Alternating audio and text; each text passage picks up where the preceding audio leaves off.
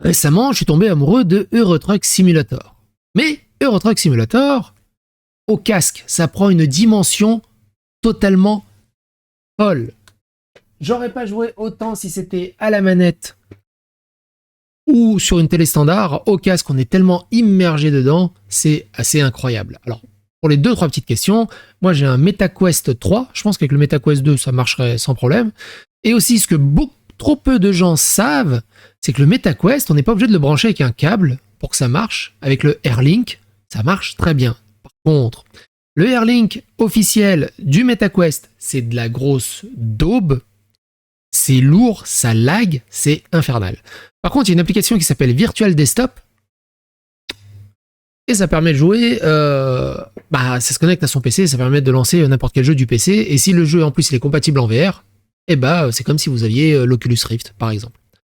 Donc déjà, de ce côté-là, c'est exceptionnel, c'est vraiment génial. Et de pouvoir jouer Euro Truck dans le casque totalement immergé, c'est monstrueux. Encore plus, pour ceux qui savent, je joue beaucoup à des simulateurs d'automobile. Également, je suis très passionné de rallye. J'ai beaucoup joué à WRC. Petit exemple. Croisement, ouvre épingle droite, vers gravier, 30 mètres, gauche 2. Dans droite. Avec ça. Et donc, je joue à Euro Truck Simulator avec le casque et avec ça. Et j'ai passé une 50aine d'heures phénoménales. Et je me suis dit, je vais pousser le truc encore plus loin. On va tester ChatGPT. Donc, j'ai joué pendant 3 petites heures et je vous ai mis un peu les meilleurs passages de mes discussions avec ChatGPT. ChatGPT m'accompagnait dans mes pérégrinations sur Eurotruck. Et là où je suis fasciné par ChatGPT et par toutes ces nouvelles IA, nouvelle génération, c'est leur capacité. Il y a encore quelques bugs, on est d'accord, mais c'est leur capacité assez fascinante à faire du small talk. Le small talk, c'est tout simplement les petites discussions qui ne servent à rien, qui n'ont aucun but, et ironiquement, c'est les choses les plus compliquées à programmer, les small talk. Et qu'une IA arrive à tenir ce genre de petites discussions ou qui ne mènent à rien, c'est assez incroyable. Et ChatGPT s'en sort très très bien sur ce sujet. C'est là aussi où je me dis, avec l'arrivée de ChatGPT, toutes les Google Home, Alexa et autres ont pris 15 ans dans la gueule. On ne puisse toujours pas connecter ChatGPT à Google Home ou ce genre de choses et avoir vraiment un véritable assistant personnel avec qui on peut discuter véritablement, je comprends pas. Qu'est-ce qu'ils attendent pour le mettre en place? Mais ça, c'est encore un autre débat. Ce que je vous propose, c'est les meilleurs moments de ces petites discussions que j'ai eues avec ChatGPT pendant que je jouais à Eurotruck et on discutait tout simplement des villes, des villages que je passais un peu à gauche à droite, des conseils techniques, des conseils mécaniques. J'ai passé un excellent moment. Alors, la vidéo enregistrée avec le casque, c'est pas le plus optimal, mais c'est plus l'expérience qui est intéressante. Quoi qu'il en soit, j'espère que cette vidéo vous plaira autant que moi elle m'a plu à la faire.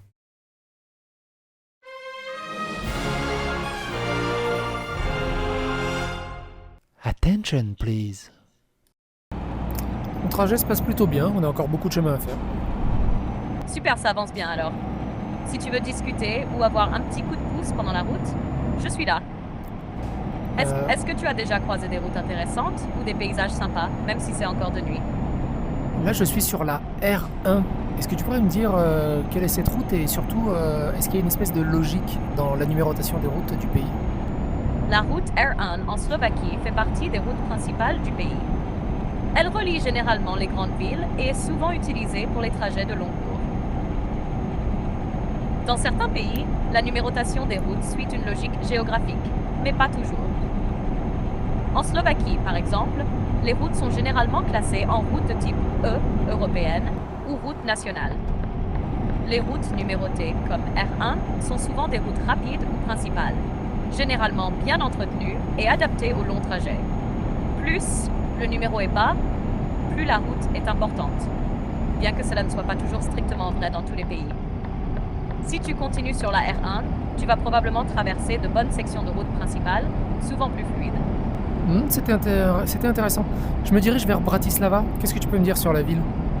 Bratislava, la capitale de la Slovaquie, est une ville charmante située au bord du Danube, près des frontières avec l'Autriche et la Hongrie. C'est une ville riche en histoire, avec une vieille ville médiévale bien conservée, des ruelles pittoresques et un château impressionnant qui surplombe la rivière. Bratislava est aussi un centre culturel et économique du pays, avec de nombreuses galeries, théâtres et restaurants. L'architecture y est un mélange intéressant de styles médiévaux, baroques et modernes, ce qui donne un contraste fascinant. Quant aux spécialités culinaires, tu pourras y goûter des plats comme le brinzové alushki, des gnocchis de pommes de terre servis avec du fromage de brebis et du lard, ou le kapusnica, une soupe de choucroute. Et bien sûr, une bière locale pour accompagner tout ça. Tu passes par la ville où tu y fais une livraison. Je passe par la ville, mais je vais à Graz pour ma livraison. D'accord, donc Bratislava n'est qu'un passage. La route vers Graz va encore te faire parcourir de jolis kilomètres. Tu vas probablement traverser quelques paysages intéressants avant d'arriver à destination. Combien il y a d'habitants à Bratislava? Bratislava, la capitale de la Slovaquie, compte environ 430 000 habitants. D'accord. C'est la plus grande ville du pays et son centre économique, culturel et politique. Cela lui donne une ambiance dynamique, tout en restant assez intime par rapport à d'autres capitales européennes. Tu peux m'en dire plus sur la séparation de la République tchèque et de la Slovaquie? Pourquoi ils se sont séparés?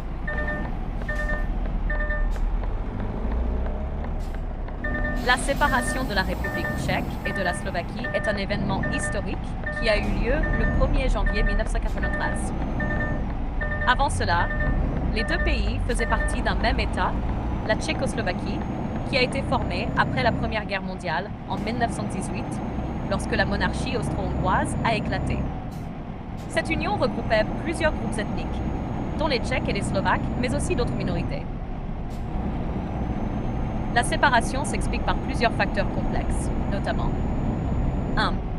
Différences économiques. Après la chute du communisme en 1989, la Tchécoslovaquie a connu une transition vers l'économie de marché. Les différences économiques entre les régions tchèques et slovaques étaient de plus en plus visibles. La République tchèque, notamment autour de Prague, avait une économie plus développée et industrialisée, tandis que la Slovaquie, plus rurale et moins industrialisée, peinait davantage à s'adapter au changement. 2. Identité nationale. Les Slovaques se sentaient souvent moins représentés dans le gouvernement central, dominé par les Tchèques, et il y avait un désir croissant de renforcer leur propre identité nationale. Bien que la Tchécoslovaquie ait été unie sous un même drapeau, les différences culturelles et linguistiques étaient souvent un point de friction. 3. Contexte politique. Après la fin du communisme, les dirigeants politiques des deux républiques ont eu des visions différentes sur l'avenir du pays. Václav Havel, président de la République tchèque, et Michal Kováč, président de la Slovaquie, étaient d'accord sur la nécessité d'une réorganisation. Mais les discussions sur un fédéralisme plus fort ou une séparation totale ont divisé les deux partis politiques. 4. Le rôle des élites politiques. Les dirigeants politiques slovaques, menés par Vladimir Mečiar, ont joué un rôle clé en poussant pour l'indépendance. Ils ont soutenu l'idée qu'un gouvernement plus centralisé à Prague ne répondait pas aux besoins de la Slovaquie. Finalement, en 1992, les négociations ont abouti à une séparation pacifique. Plutôt que de passer par un processus violent difficile, les deux républiques ont convenu d'une séparation à l'amiable, connue sous le nom de divorce de velours. En référence au divorce de velours de la Tchécoslovaquie, en parallèle avec la révolution de velours en 1989 en Tchécoslovaquie. Chaque pays a obtenu son indépendance sans conflit majeur. Cela a marqué la fin de la Tchécoslovaquie après 75 ans d'existence, et la Slovaquie est devenue un État souverain. Depuis lors, les deux pays ont suivi leur propre trajectoire politique et économique, bien qu'ils entretiennent des relations amicales. Le processus a été relativement calme et consensuel, mais il a laissé une empreinte importante sur la politique et l'histoire de la région. Merci, c'était très instructif. Avec plaisir, je suis content que ça t'ait intéressé. Si tu as d'autres questions ou si tu veux en savoir plus sur un autre sujet, n'hésite pas.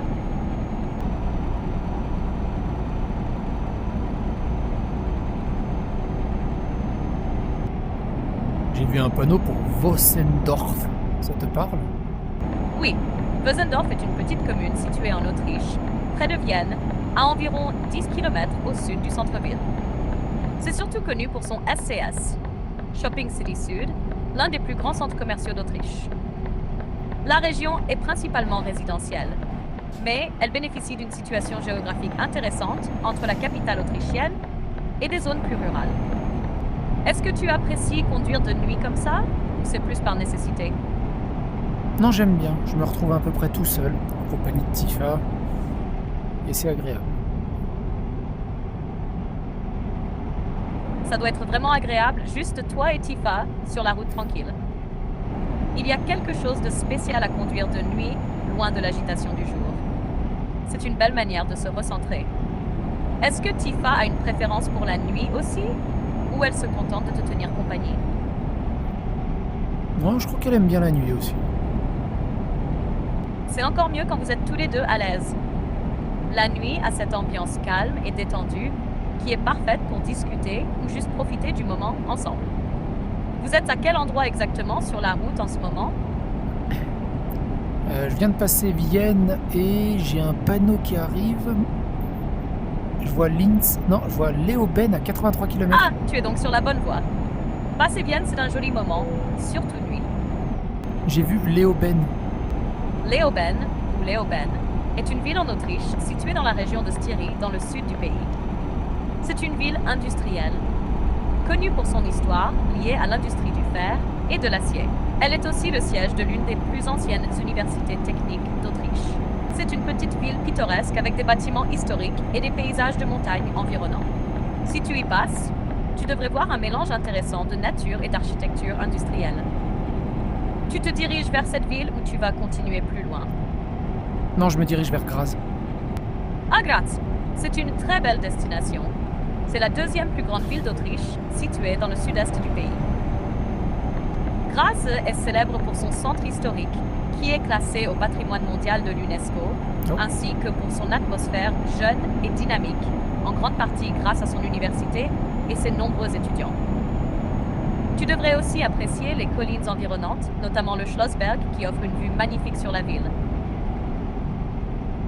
Ça te dit quelque chose, ce genre de paysage?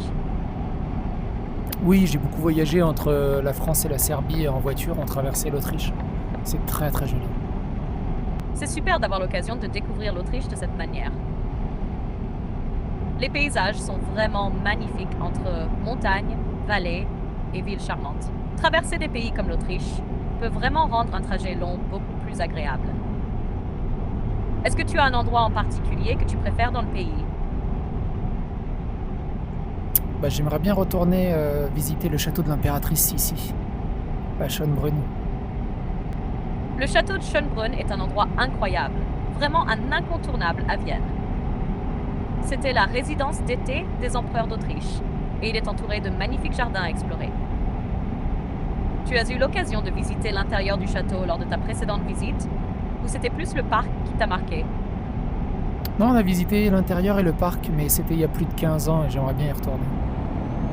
Ça doit être une belle expérience que de revisiter un lieu comme Schönbrunn après tant d'années. Les souvenirs prennent souvent un autre sens avec le temps, surtout quand on redécouvre un endroit aussi chargé d'histoire. Est-ce que tu aimerais y passer plus de temps cette fois? Alors je suis désolé de changer de sujet, j'arrive à Saint-Michael-Ost. Pas de souci, on peut changer de sujet. Tu arrives à Saint-Michel, Ostias? Cela sonne comme un endroit charmant. Est-ce que c'est ta destination finale pour cette livraison, ou il te reste encore un peu de route après? Non, l'entreprise est juste à quelques encablures derrière, mais il y a une station essence, je vais devoir faire le plein d'essence, je suis quasiment à sec. Elle est là. Ah, une petite pause à la station-service alors. C'est toujours bien d'avoir une station juste au moment où on en a besoin. Faire le plein te permettra aussi de repartir sereinement pour la fin du trajet. Tu es plutôt du genre à planifier ses arrêts à l'avance ou c'est plus une question de feeling, selon la situation? Non, c'est une question de feeling tout simplement en fonction du réservoir. Par contre, le prix du gasoil est à 1,75 €. Ça te paraît correct? Le prix de 1,75 € pour le gasoil est un peu élevé, mais cela peut varier selon les pays et les régions.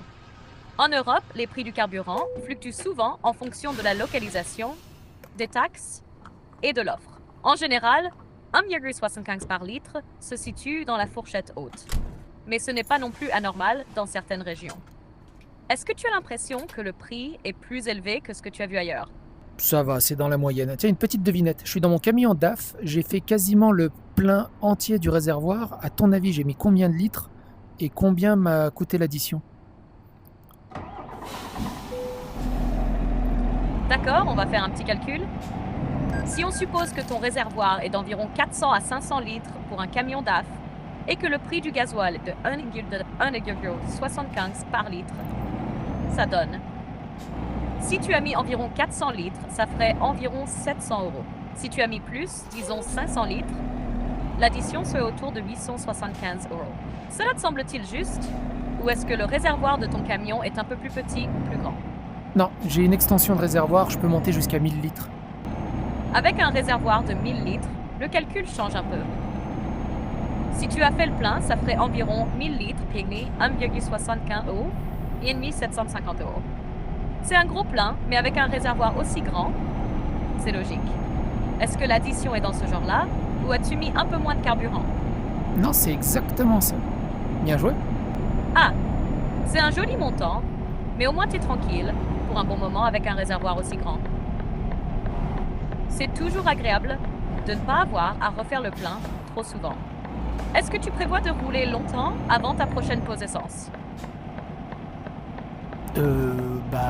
Environ 500-600 km, je pense. Avec 1000 litres dans le réservoir, tu as largement de quoi tenir 500-600 km, à moins que ta consommation soit particulièrement élevée. Ça te laisse un bon marge pour la route avant de penser à faire un autre arrêt. Tu te sens prêt pour ces 500-600 km ou tu anticipes quelques pauses en chemin? J'ai un shift dans 2h30, donc je vais devoir dormir dans pas longtemps. D'accord. Ça te laisse un peu de temps pour profiter de la route avant de faire une pause bien méritée. C'est toujours un bon moment pour se reposer avant le shift. Tu as déjà une idée de l'endroit où tu aimerais t'arrêter pour dormir ou tu verras en fonction de l'avancée? Non, je verrai en fonction de l'avancée, je vais poser la remorque, je vais vérifier au sein de l'entreprise s'ils n'ont pas une autre remorque pour repartir directement depuis la même entreprise. Ça me fera gagner du temps. C'est une bonne stratégie pour gagner du temps. Est-ce que tu as une idée de la direction dans laquelle tu vas partir après ou tu attendras de voir ce qui est disponible? Oh la vache, je dois me garer en marche arrière dans un endroit extrêmement exigu avec un virage à négocier avec la grosse remorque. Ça va être un peu compliqué, mais avec un peu de concentration, on va y arriver. Comme je peux. Ah, ça va demander de la précision, mais avec de la concentration, tu vas y arriver sans problème. C'est un bon défi pour tester tes compétences de manœuvre, surtout avec une grosse remorque. Si tu veux, tu peux aussi prendre ton temps pour le faire. Rien ne presse. Tifa pourra sûrement te donner un peu de soutien moral aussi. Ouais, Comment ça effectivement. se passe? Tu commences à te positionner. Ça y est, je me suis positionné et on va entamer la marche arrière, mais j'ai beaucoup de manœuvres à faire. Ça demande souvent plusieurs ajustements, mais tu es déjà bien positionné, donc tu as une bonne base. Prends ton temps pour ajuster chaque manœuvre, et avec un peu de patience, ça devrait le faire. C'est vraiment contre. Si jamais tu as besoin de faire un petit ajustement, n'hésite pas à le faire. Chaque petit mouvement compte. Tifa est là pour te soutenir, et tu as l'expérience nécessaire pour gérer ça. C'est vraiment contre-intuitif de braquer avec la remorque en marche arrière, parce que quand je tourne à gauche, la remorque part à droite. Mais on s'y fait à force. Oui, c'est un vrai défi au début, mais c'est un peu comme un réflexe qui se développe avec la pratique. En marche arrière, effectivement, la remorque réagit de manière opposée à la direction du volant, ce qui peut être déstabilisant. Mais une fois que tu as bien l'habitude de l'anticiper, ça devient plus naturel. L'important, c'est de bien regarder les rétros, de prendre ton temps et d'ajuster lentement. Plus tu pratiques, plus tu deviendras rapide et précis. Tifa doit sûrement être fière de toi. Elle a l'air assez impressionnée, effectivement. C'est bien mérité. Ça demande de la concentration et une sacrée maîtrise pour manœuvrer une grosse remorque comme ça. Ah, Avec Tifa à tes côtés, je suis sûre que tout se passe bien. Quand tu auras terminé, tu te sentiras encore plus satisfait d'avoir relevé ce défi. ouais, je suis assez Ça avance doué. bien maintenant. Je suis assez doué en gestion de gros engins. Ça semble parfait. Tu es déjà prêt pour ta prochaine étape.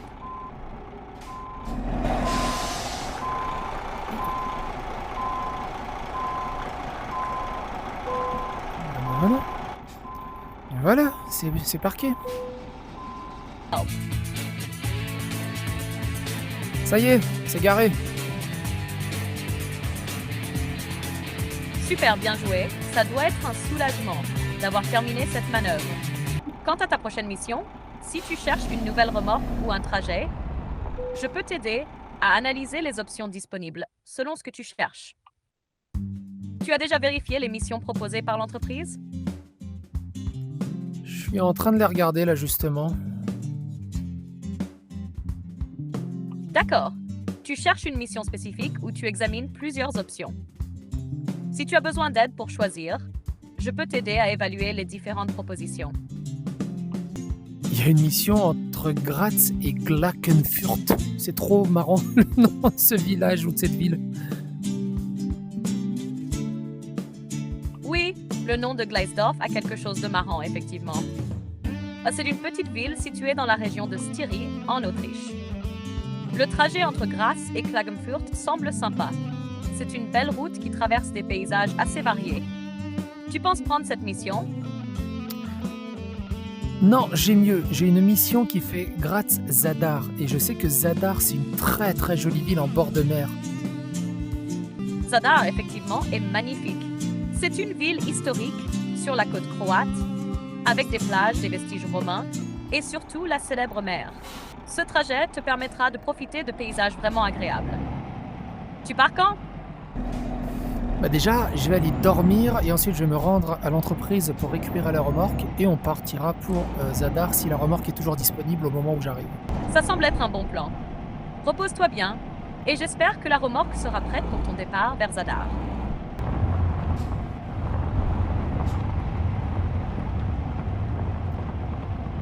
Alors.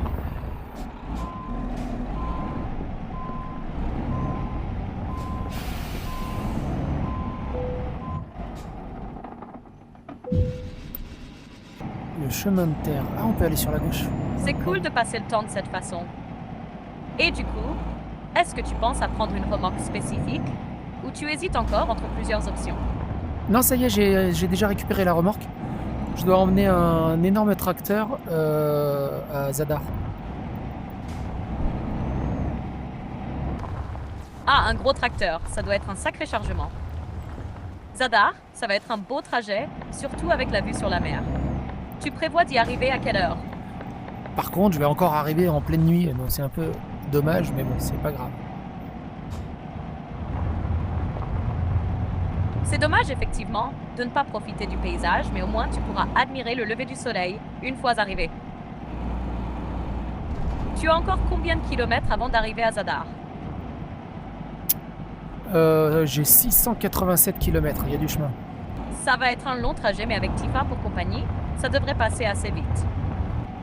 Là, je suis sur une petite route de campagne en pleine forêt, même une route de terre, et c'est super agréable. Ça secoue un peu, mais c'est vraiment agréable. Ça doit être sympa de conduire dans un cadre aussi tranquille, même si la route est un peu cabossée. Ça change du bitume bien lisse, mais l'ambiance doit vraiment être différente. Tifa semble apprécier, non? Ouais, il y a du rebondissement. C'est sûr que ça ajoute un peu d'aventure au trajet. Tant que ça secoue pas trop, ça peut être assez fun. Et puis, avec Tifa, je parie que ça rend l'expérience encore plus agréable. Toujours, toujours. C'est top ça. Une bonne compagnie rend toujours les trajets plus agréables.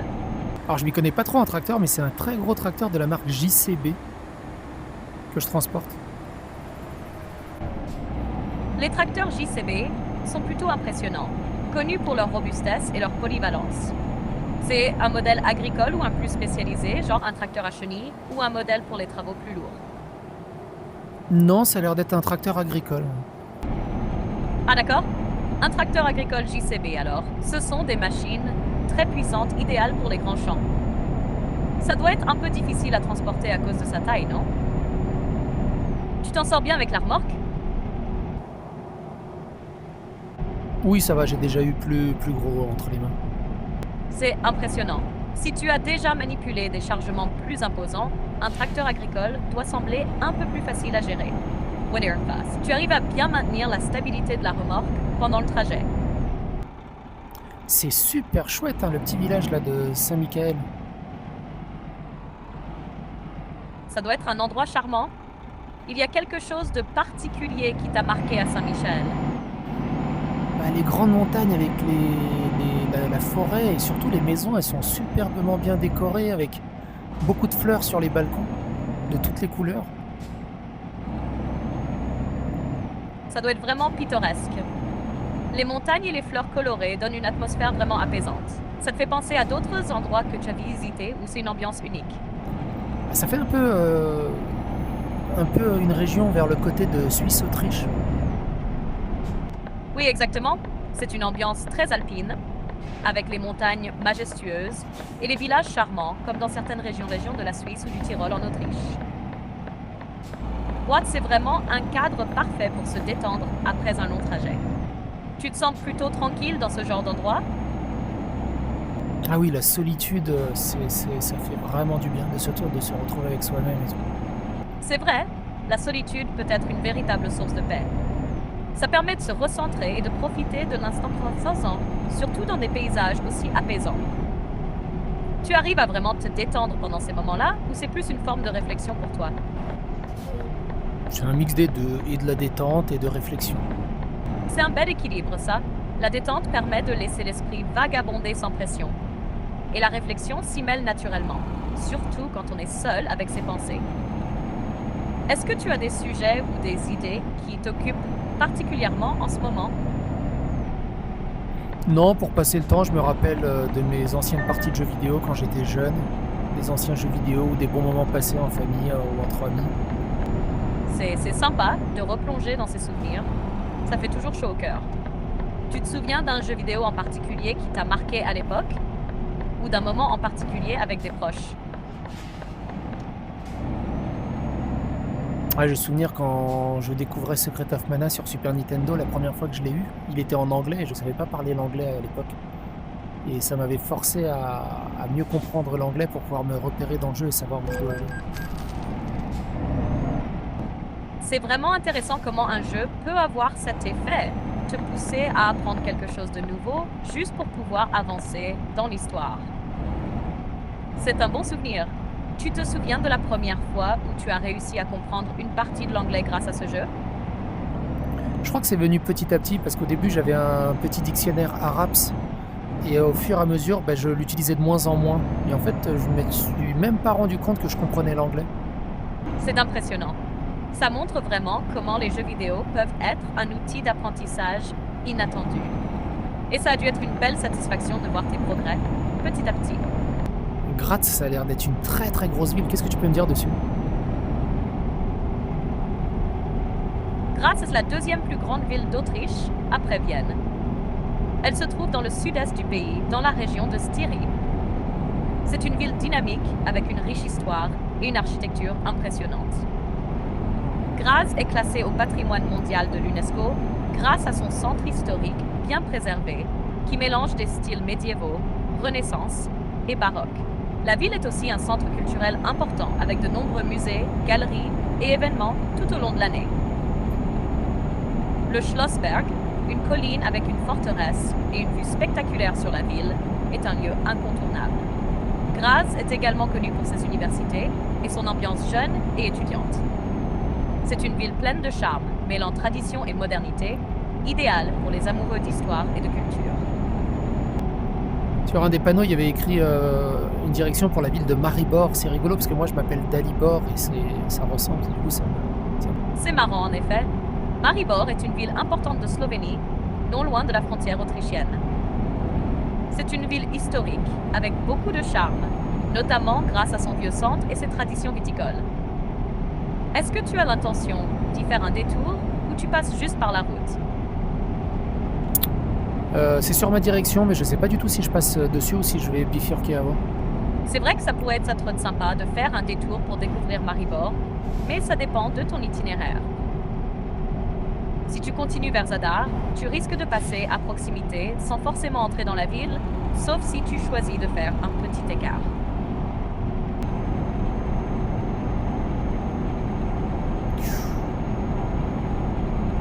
Les gens respectent pas les distances de sécurité sur l'autoroute, c'est vraiment hallucinant, c'est super dangereux. C'est vraiment inquiétant quand les gens ne respectent pas les distances de sécurité. Ça augmente le risque d'accident, surtout quand il y a du trafic. En plus, ça peut rendre la conduite plus stressante. C'est important de rester vigilant et de garder une bonne distance, même si les autres ne le font pas. Ah tiens, je suis en train de quitter l'Autriche pour la Slovénie. C'est un joli passage. La Slovénie a un paysage très varié avec des montagnes, des forêts et des lacs magnifiques. Tu vas passer près de Ljubljana, la capitale, ou tu te diriges ailleurs? Je sais pas du tout si je passe à côté de Ljubljana, je suis en direction de Zadar, mais du coup je sais pas du tout si je passe près de la ville. Tu suis la route en direction de Zadar. Il est possible que tu passes près de Ljubljana, surtout si tu prends l'autoroute A1 qui traverse la Slovénie du nord au sud. Ljubljana est un peu à l'ouest de la route principale, mais si tu choisis une autre voie, tu pourrais l'éviter. Tu n'es pas loin d'une belle région en tout cas. Du coup, qu'est-ce que tu peux me dire sur Ljubljana? Pourquoi elle a ce nom-là particulièrement? Ljubljana est la capitale de la Slovénie et son nom a des racines anciennes. En slovène, Ljubljana est dérivé du mot Ljubljana qui signifie bien-aimé ou chéri. Cette origine vient probablement de la façon dont la ville a été perçue par ses habitants au fil des siècles. Historiquement, Ljubljana a été fondée par les Romains sous le nom de Emona. Elle a ensuite été influencée par diverses cultures, notamment les Slaves, les Carantaniens et les Habsbourg, qui ont contribué à ce développement. La ville a conservé un charme particulier avec son centre historique, son château surplombant la ville et ses ponts pittoresques traversant la rivière Ljubljanica.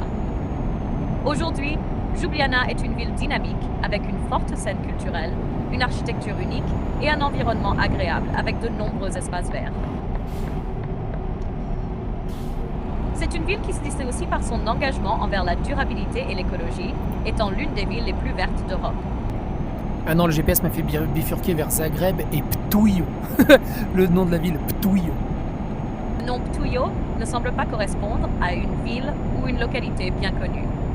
Il se pourrait que ce soit une erreur de lecture du GPS ou un nom peu commun ou même fictif. Zagreb, par contre, est bien la capitale de la Croatie. Et c'est une ville très animée, avec une grande richesse culturelle et historique. Peut-être que le GPS a recalculé l'itinéraire pour te faire passer par une autre route ou un autre point de passage. Du coup, la ville, en fait, c'est Ptuj. Ah d'accord, tu parles de Ptuj? C'est une ville en Slovénie, située près de la rivière Drava, assez ancienne et réputée pour son patrimoine historique. Elle est même souvent considérée comme l'une des plus vieilles villes de Slovénie, avec des vestiges romains, un château médiéval et un centre-ville pittoresque. Le nom Ptuj vient probablement du mot slovène ancien signifiant port, ce qui fait sens étant donné sa position le long de la rivière.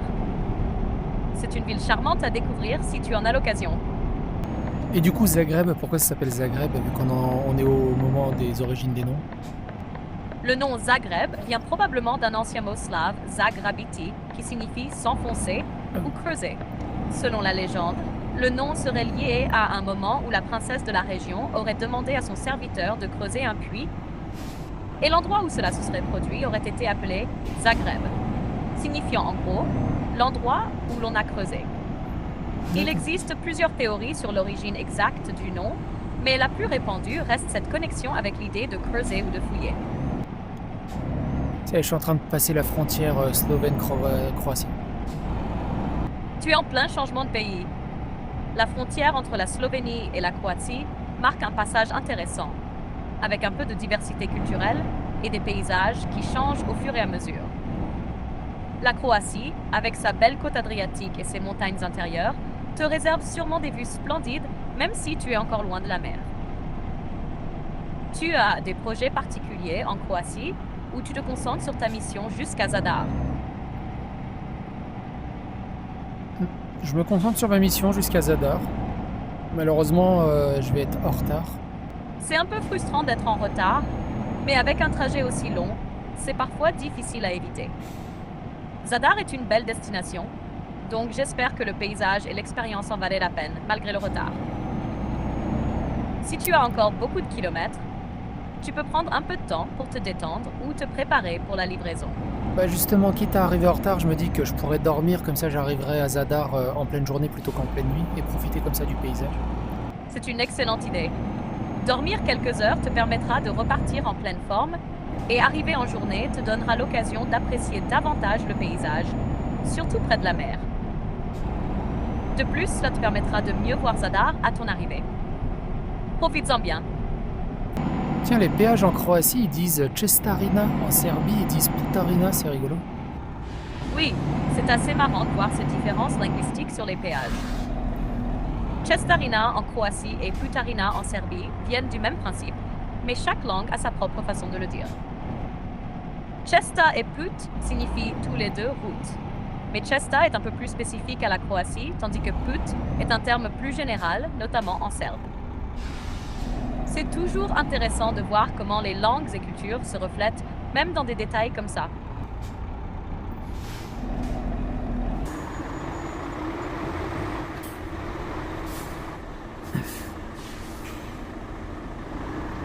Là, je vais passer à côté de Split, j'ai jamais eu l'occasion d'y aller. Split est une ville magnifique avec beaucoup de charme. C'est la deuxième plus grande ville de Croatie et elle est connue pour son patrimoine historique, notamment le palais de Dioclétien, un site classé au patrimoine mondial de l'UNESCO. En plus, elle est en bord de mer, donc l'ambiance entre la vieille ville et la mer est incroyable. Si tu en as l'occasion un jour, c'est un excellent endroit pour s'arrêter et explorer un peu. Qu'est-ce que tu me conseilles de visiter à Zadar? À Zadar, tu as plusieurs sites intéressants à découvrir. Si tu veux profiter de la ville, je te conseille 1. L'Orgue marin, une installation unique située sur le quai, où l'eau de la mer crée des sons en passant par des tuyaux sous-marins. C'est à la fois apaisant et spectaculaire. 2. Le Salut au soleil. Juste à côté de l'Orgue marin, c'est une autre installation artistique composée de panneaux solaires qui créent de belles lumières la nuit. 3. La vieille ville. Promène-toi dans les rues pavées de la vieille ville et découvre des monuments comme la porte de la ville et les ruines romaines. 4. La cathédrale Saint-Donat. Un magnifique exemple d'architecture pré-romane, elle est l'un des symboles de Zadar. Les remparts de la ville et le parc de la forteresse. Tu pourras y admirer la vue sur la mer et les environs. Île de Pag. Si tu as le temps, une excursion d'une journée à Pag, juste au large, te permettra de découvrir des plages magnifiques et la spécialité locale, le fromage de Pag. Zadar a une ambiance unique, avec ses paysages magnifiques et son histoire riche. Profite bien de ta visite. Et pourquoi il s'appelle Zadar en fait? Le nom Zadar viendrait probablement de l'ancien mot Jadera, qui était le nom utilisé par les Romains pour désigner la région. Certains pensent que Jadera pourrait être dérivé de Iatra, un mot illyrien signifiant rivière, en référence à la rivière Zermanja qui passe à proximité. D'autres hypothèses font référence à des racines grecques ou latines, mais l'origine exacte reste un peu floue. Ce qui est certain, c'est que Zadar, avec son histoire datant de l'Antiquité, a vu passer plusieurs civilisations, et son nom a évolué au fil du temps, tout en restant profondément ancré dans cette région méditerranéenne. Il y a un panneau pour Utbina. Il semble qu'il y ait un petit problème de saisie. Tu voulais parler de quelque chose en particulier. Oui, je viens de traverser un panneau qui indiquait la ville de Utbina. Cela semble être une erreur de transcription ou une faute de frappe, car je ne connais pas de ville nommée Udbi en Croatie, ni dans les environs. Peut-être que tu faisais référence à une ville proche ou un nom qui ressemble. Ça Tu s'écrit... pourrais vérifier le panneau à nouveau. Je viens de vérifier, ça s'écrit Udbina.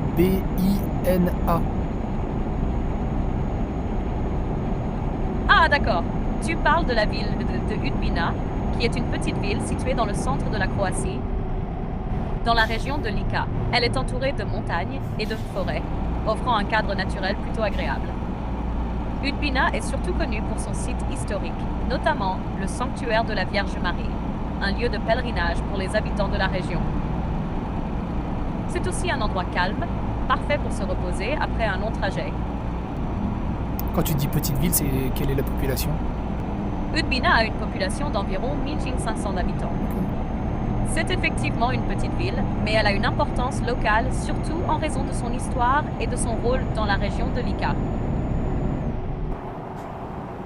Waouh! J'ai un panorama devant moi, c'est magnifique. Ça doit être superbe. Les paysages autour de Zadar, surtout en direction de la mer Adriatique, peuvent être vraiment impressionnants. Tu es sur une route côtière?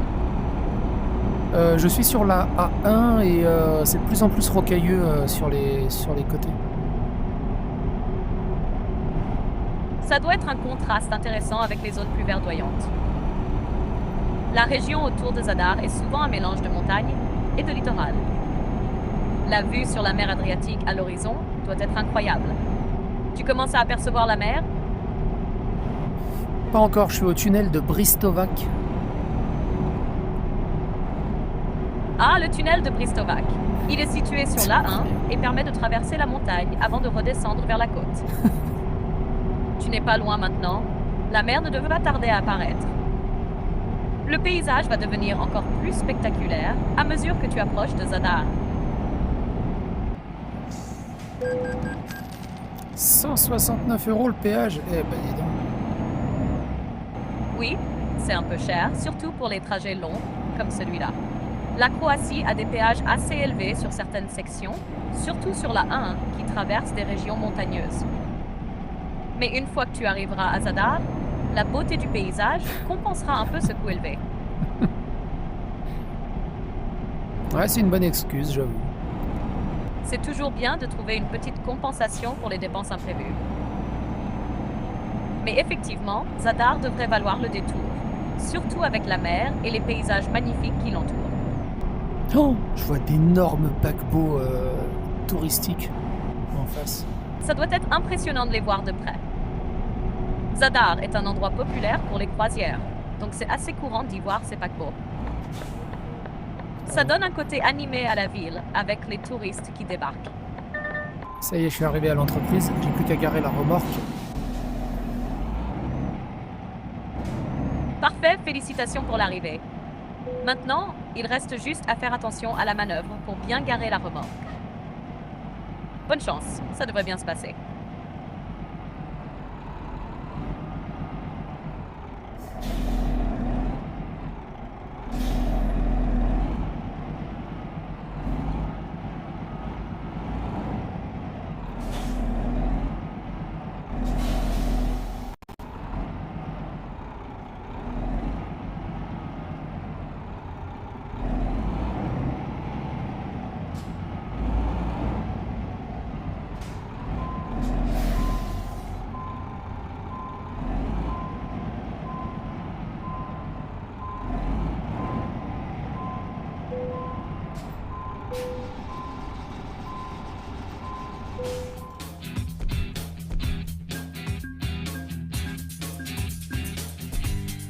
Ah, on perd de l'XP quand on arrive en retard. J'ai débloqué le moteur MX-13 390 Euro 6 de 2017. Ça a l'air pas mal. Ça semble être un bon moteur.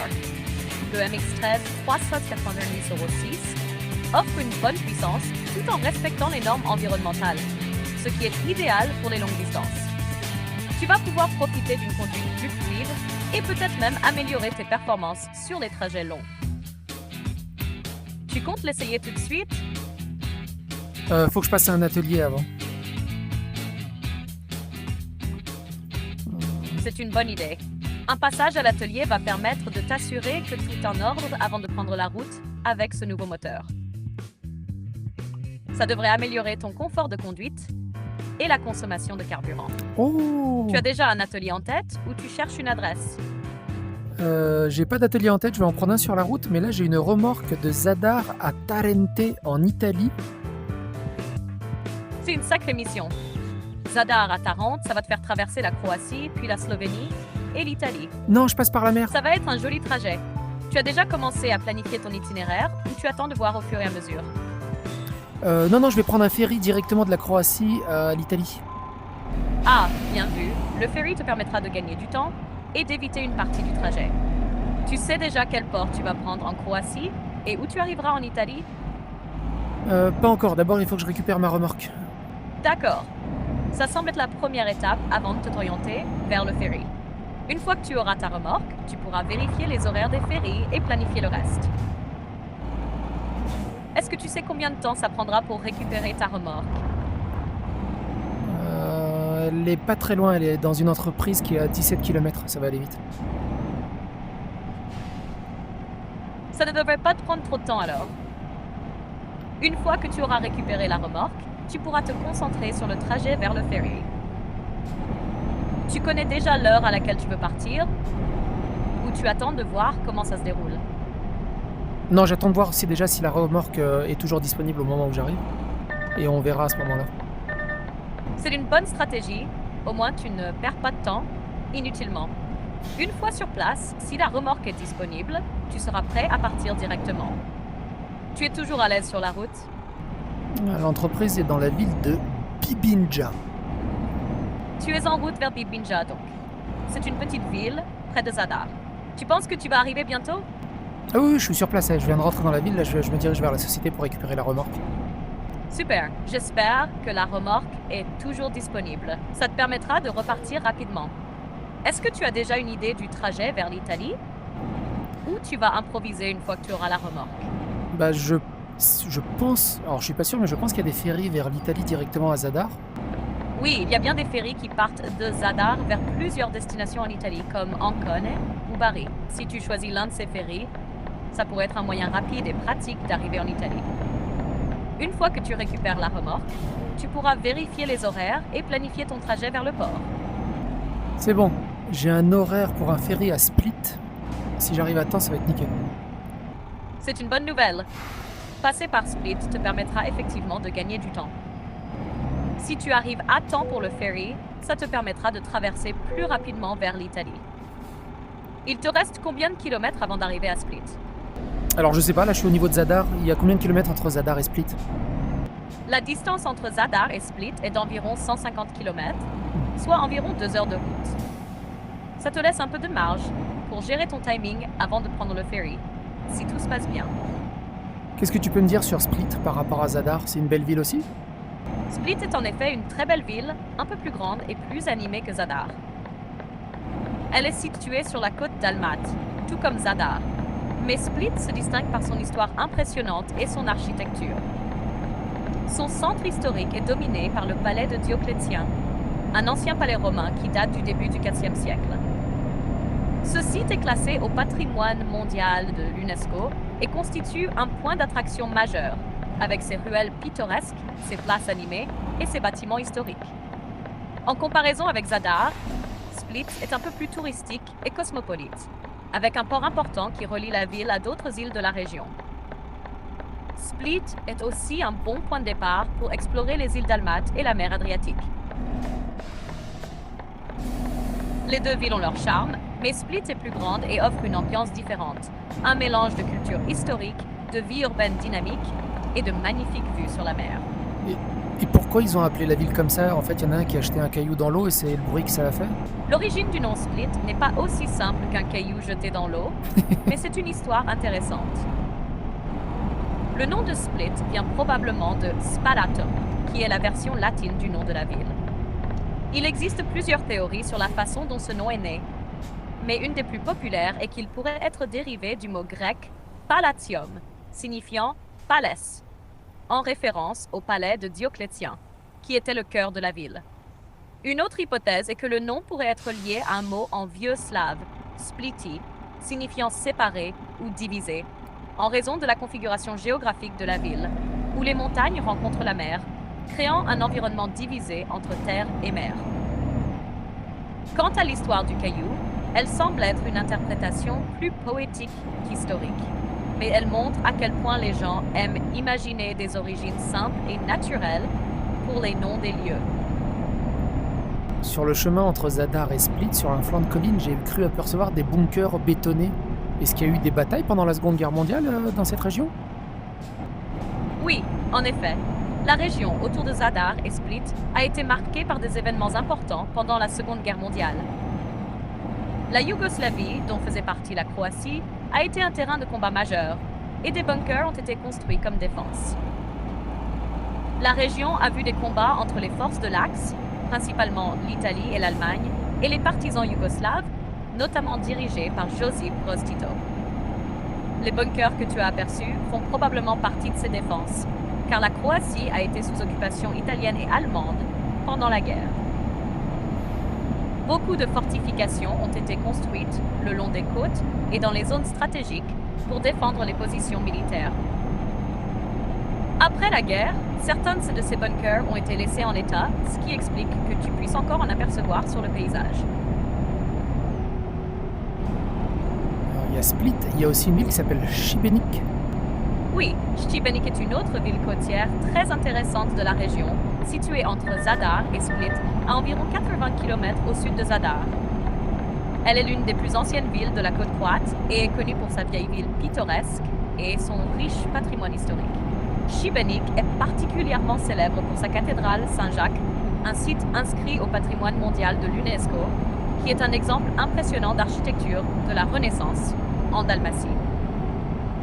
La ville possède aussi plusieurs forteresses, comme la forteresse Saint-Nicolas et la forteresse de Saint-Michel, offrant des vues splendides sur la mer Adriatique. Šibenik est aussi une destination prisée pour ses plages et ses paysages naturels, avec des parcs nationaux à proximité, comme le parc national de Krka, célèbre pour ses cascades. C'est une ville qui combine l'histoire, la culture et la beauté naturelle, tout comme Zadar et Split. Un peu plus bas, il y a Dubrovnik. Quand j'étais petit, je me suis rendu plusieurs fois à Dubrovnik avec ma famille. C'est une ville magnifique, Dubrovnik. Si tu en as des souvenirs, il y a probablement de bons endroits à redécouvrir, comme la vieille ville et ses fortifications.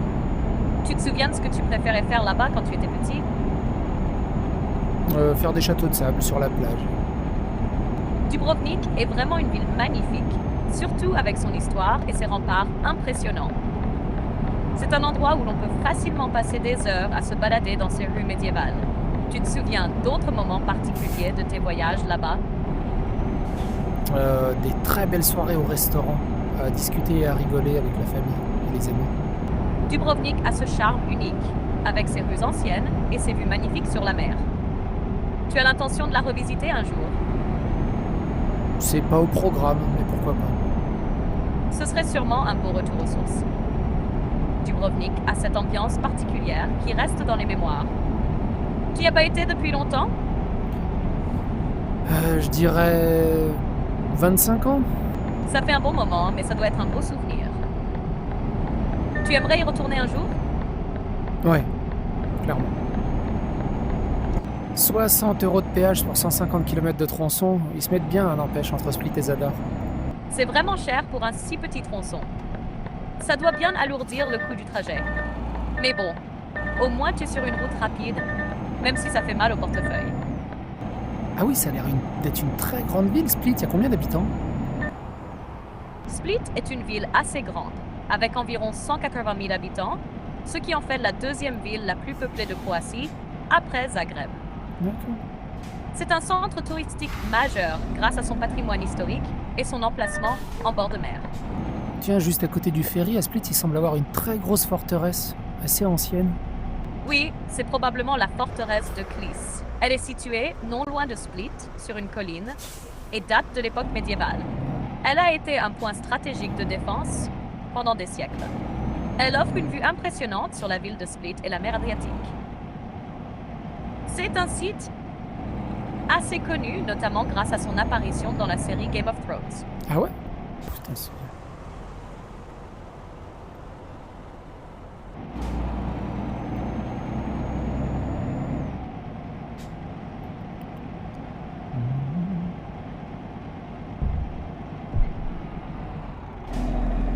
Ça va, 300 €, 315 € pour passer jusqu'en Italie. On arrive à Ancône. Ça commence à chiffrer un peu, mais c'est pratique pour passer rapidement en Italie. Ancône, c'est une ville portuaire sympa. Tu vas pouvoir profiter du voyage. Je vais à destination de Tarente. À Tarente, c'est une belle ville dans le sud de l'Italie, sur la côte adriatique. Il y a beaucoup de vestiges historiques à voir là-bas, comme le vieux centre-ville et ses ruines grecques. La mer est aussi superbe, tu vas sûrement en profiter pendant ton passage. Il est 1h du matin, la ville est super calme. J'aime beaucoup l'ambiance.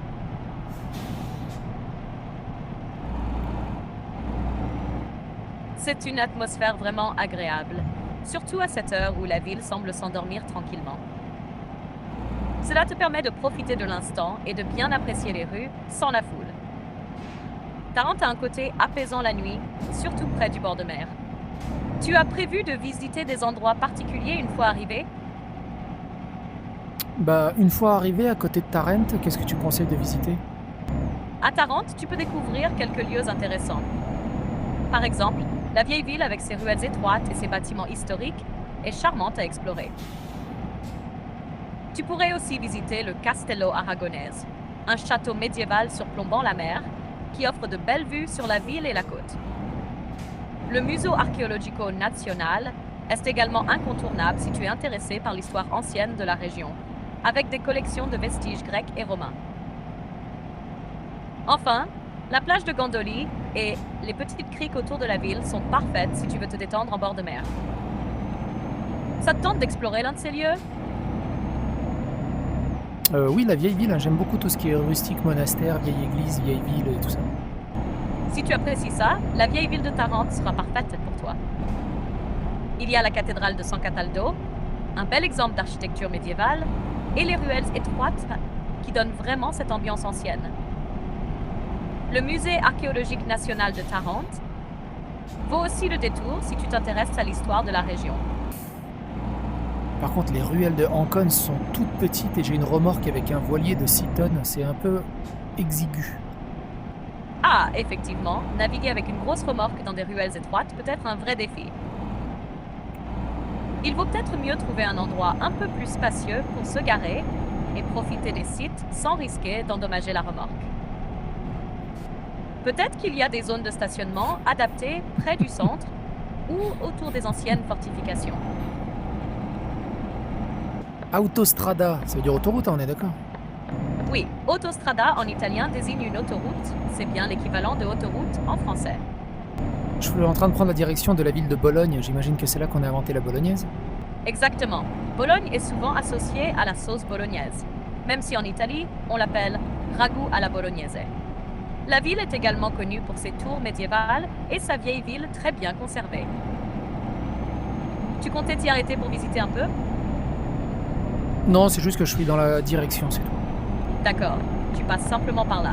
C'est une belle région. Bologne est vraiment un centre historique impressionnant, mais j'imagine que tu n'as pas prévu d'y faire une pause. Tu te diriges où ensuite? Vers Taranto, et je crois qu'il y a presque 500 km encore. Ah, c'est encore un bon trajet. Trois tu traverses une bonne partie de l'Italie avant d'arriver à Taranto. Tu passes par des régions comme les Pouilles, avec beaucoup de paysages différents. Tu en es où de ton trajet maintenant?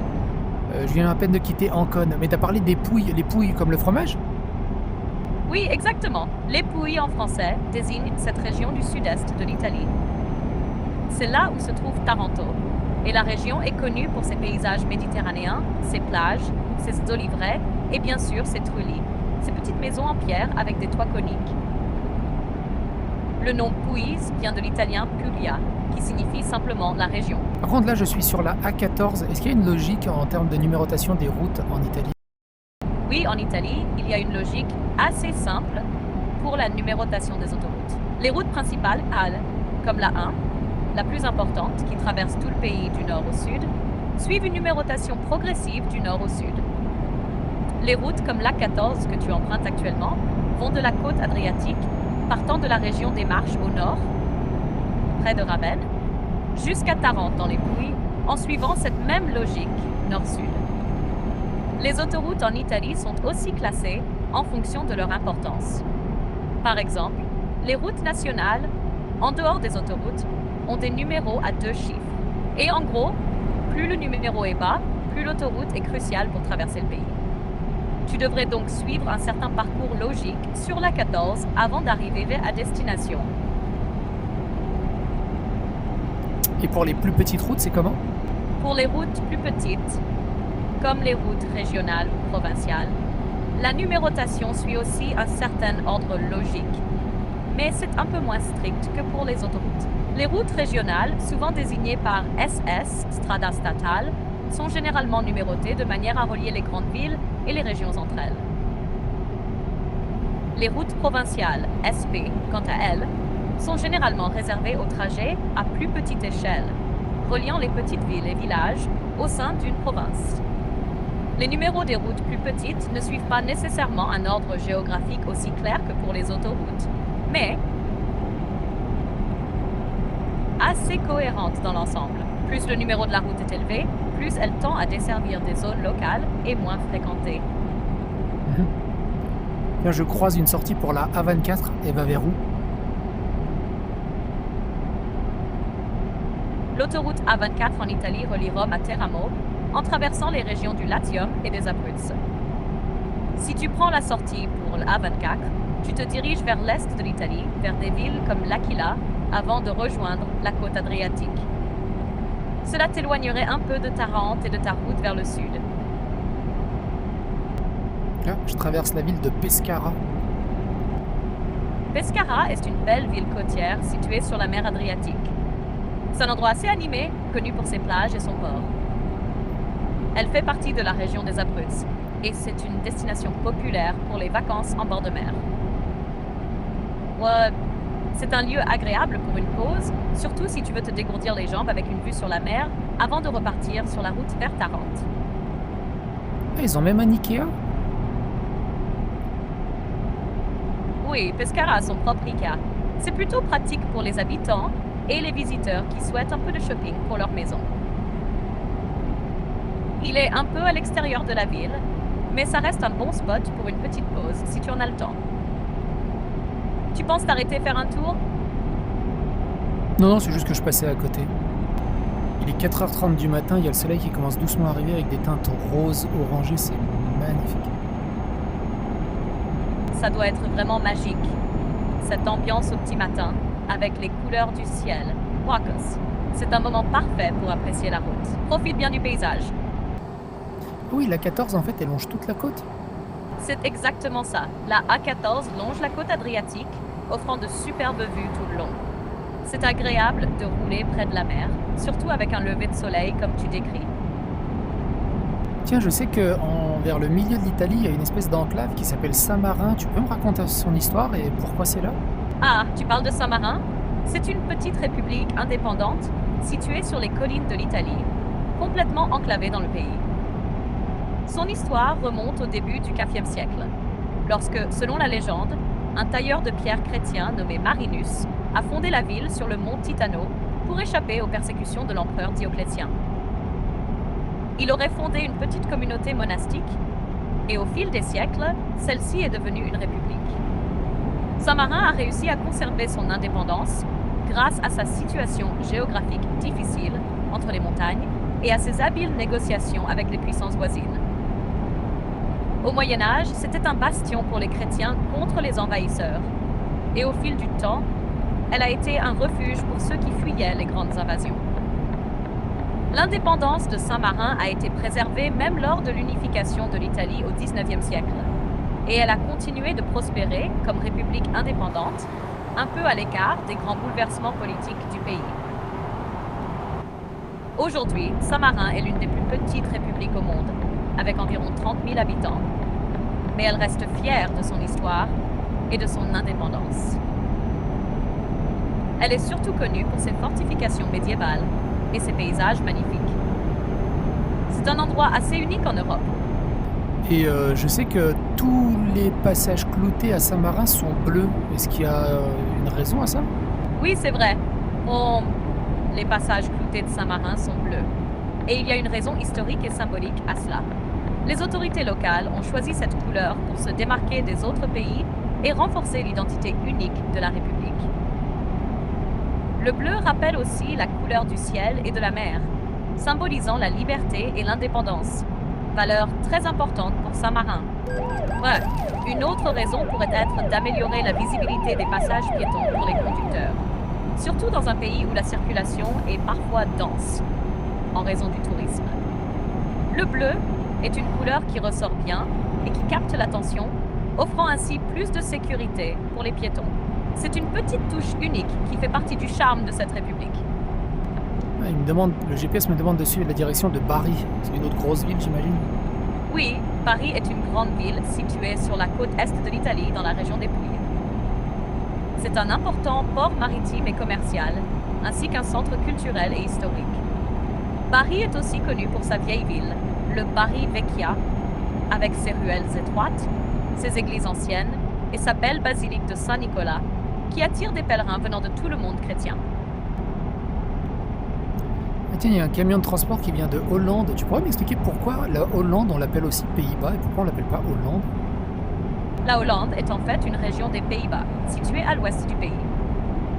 Le nom Hollande fait souvent référence à cette région spécifique, qui est très densément peuplée et économiquement importante, notamment avec des villes comme Amsterdam et Rotterdam.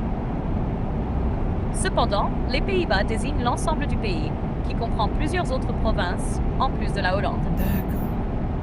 Le terme Pays-Bas vient du néerlandais Nederland, ce qui signifie terre basse, en raison du fait que la majorité du pays est située sous le niveau de la mer. En résumé, la Hollande est une partie des Pays-Bas, mais souvent, le terme Hollande est utilisé de manière informelle pour désigner tout le pays. D'accord. Ça y est, j'arrive à Tarente. Je dépose ma remorque, j'empoche le chèque. Tu me conseilles un restaurant en particulier? Bien joué pour être arrivé à Tarente. Si tu veux goûter à la cuisine locale, je te conseille de tester un restaurant près du centre historique, comme Osteria del Borgo Antico. Ils sont réputés pour leurs fruits de mer frais, en particulier les moules et les oursins. Sinon, Il Gallo est aussi un bon choix si tu veux des plats typiques des Pouilles. Tu ne devrais pas être déçu.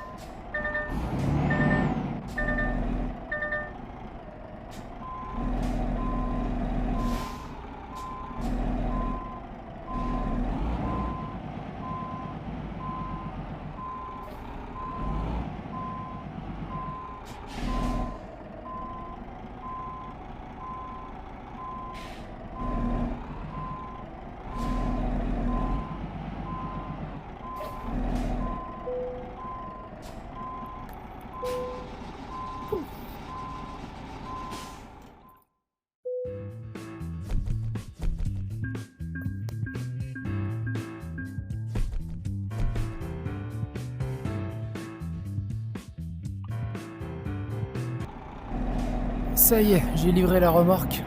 Est-ce que tu peux me redonner le restaurant que tu m'as dit tout à l'heure des fruits de mer? Tu parles du restaurant La Pechera? C'est un bon choix pour les fruits de mer à Tarente. Il est réputé pour ses plats de poissons frais et ses fruits de mer locaux. Un grand merci de m'avoir accompagné pendant tout ce voyage. Est-ce que tu veux venir au restaurant avec nous, avec moi et Tifa? C'était un plaisir de t'accompagner tout au long du voyage. Je t'aurais bien rejoint au restaurant, mais je vais devoir rester ici, à te soutenir à distance. Profite bien du repas avec Tifa et régale-toi. Merci en tout cas, à la prochaine. Avec plaisir. À la prochaine. Prends soin de toi.